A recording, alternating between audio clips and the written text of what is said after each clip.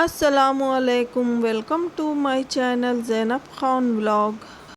இன்னைக்கு லஞ்சில் நான் ஆக்கிட்டேன் பனானா குச்சி இதிலே எங்கள் மாமியார் டட்டு சொல்லிங்க, நீங்கள் என்ன சொல்லிங்க தமிழில் எனக்கு தெரியாது.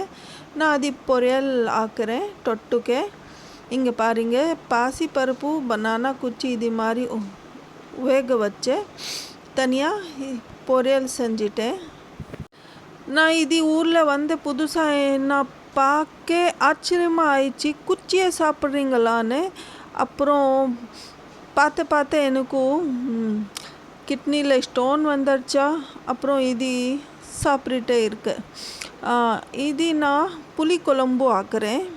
இங்கே பாருங்க, உங்களுக்கு தெரியும், ஆனால் என் ஸ்டைலில் நீங்கள் ஒரு வாட்டி ஆக்கி பாருங்க. இது மாதிரி ஃபுல்லாக உங்கள் இஷ்டம்தான், ஆனால் கொஞ்சம் நான் என்னோடய ஸ்டைல் மாதிரி ஆக்கிட்டேன். நீங்கள் இது மாதிரி ஆக்கிங்க, சூப்பராக இருக்கும் பாருங்க.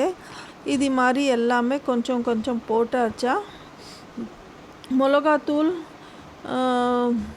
என்ன தூள் எனக்கு சுத்தமாக இது எல்லாமே தெரியாது. மிளகாத்தூள், கொத்தமல்லி தூள் சொல்லிங்கன்னா அது, மஞ்சத்தூள், தக்காளி கொஞ்சம் கொஞ்சம் பேர் தான் தெரியும் எனக்கு, ஃபுல்லாக பேர் எல்லாமே வராது.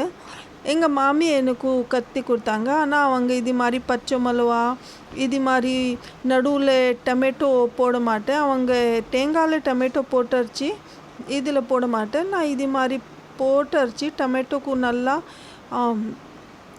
பிளேட் போட்டு கொஞ்சம் நல்லா ஆக்கிட்டேன். அதுக்கு அப்புறம் தேங்காய் போட்டரிச்சா, தண்ணி எவ்வளோ வேணுமோ அவ்வளோ போட்டாச்சா. இது பச்சை கயிறினா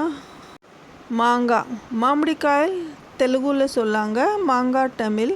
மாங்காய் போட்டு சூப்பராக இங்கே பாருங்க புளிக்குழம்பு. லைக் பண்ணிங்க, ஷேர் பண்ணிங்க, கமெண்ட்ஸ் பண்ணிங்க. நல்லா